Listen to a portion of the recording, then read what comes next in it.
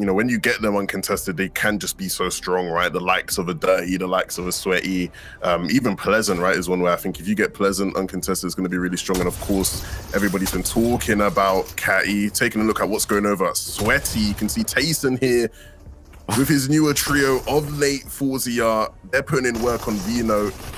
Frey, we already saw go down, and so now these guys are trying to finish things off, but it's not going to be so easy because there seems to be sort of a third party involved there. Absolutely, it's not looking too great, but Tayson does manage to secure that elimination on Kylie, and it looks like they are getting one step closer here to securing Sweaty. And it's more than likely they actually come up against these trios again in future matches, seeing that there's only 132 teams that qualified to this Cash Cup Extra. And what a nice shot there, cracking his opponent. Tayson already with 3 eliminations, getting in, going for those, manages to secure a knock. Now in a 3v2 situation, Levin, will they be able to come out on top? Yeah, just pure confidence there, right? With the makeshift weapons, right? With the uncommon makeshift weapons, that's not going to be an issue for Tayson. Because like you can see, he's just getting in and he's doing what he does best, man. Doing what he does best. 5 eliminations for him alone already.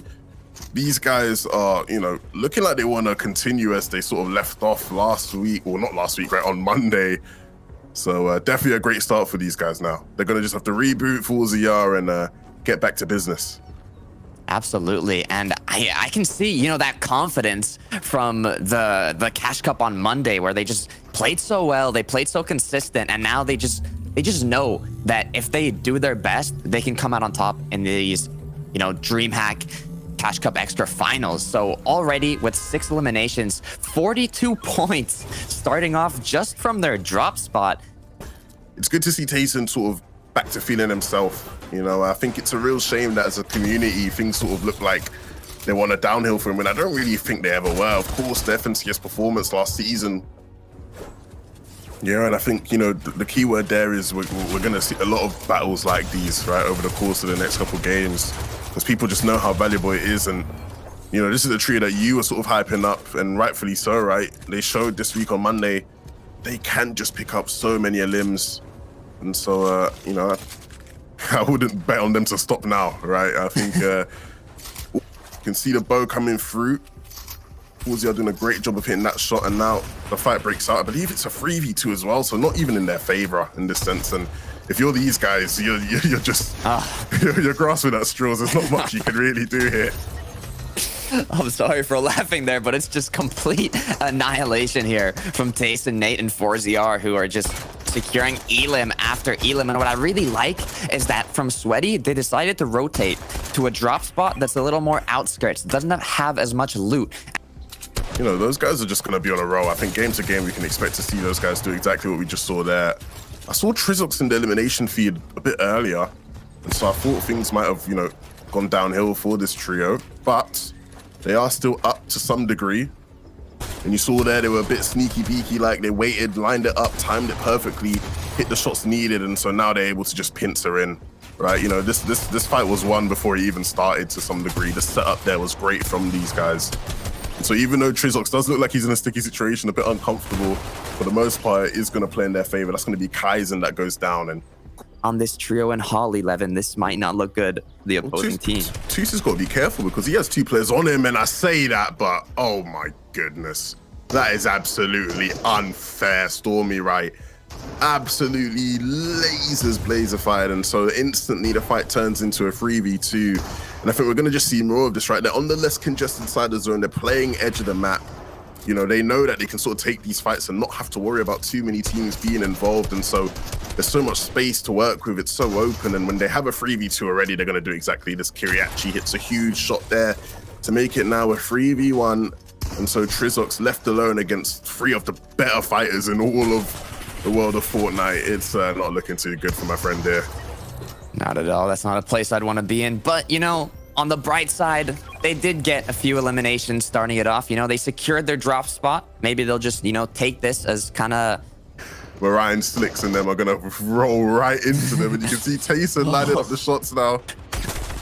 Oh, goodness. Oh my goodness. Come on.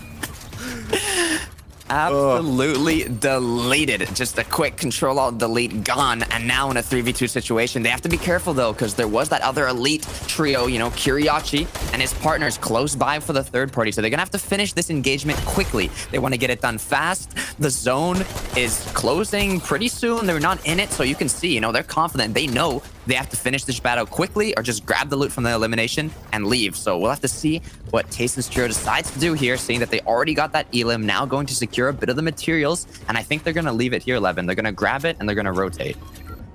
Maintain that high ground in the first moving zone. So we'll have to see, you know, which trio can do it, which one decides to use more mats, because I do know Snazy's trio that landed Caddy, correct me if I'm wrong, Levin, but they do have those peppers, and that is very good for, you know, getting high quickly, getting those tarps done. But if the zone closes on the opposing trio, it can be a little risky, and I think that's what just happened with Tayson's trio. Yeah, Tayson, Nate, Forzia, they're going to be licking their lips because they do pull zone, so that instantly sort of forces Alex's trio down, and you can see they're just going to build on down and look to run their way in. But Tayson, Forzia, Nate, they know that they're going to look to try take some shots, do some damage. The key thing for these guys moving forward now as they hold high ground is Tayson going to be able to use that harpoon effectively, right? To be able to siphon in materials that they pick up from eliminations. It's going to be a key part to whether they can sort of continue to hold high here. You can see everybody trying to play towards that front side of the zone, control that lower front side. And Tayson, Forzia, and Nate, you know, they're probably not going to get contested for height now. You know, they have such a strong hold on it, and these guys know how to play it so well.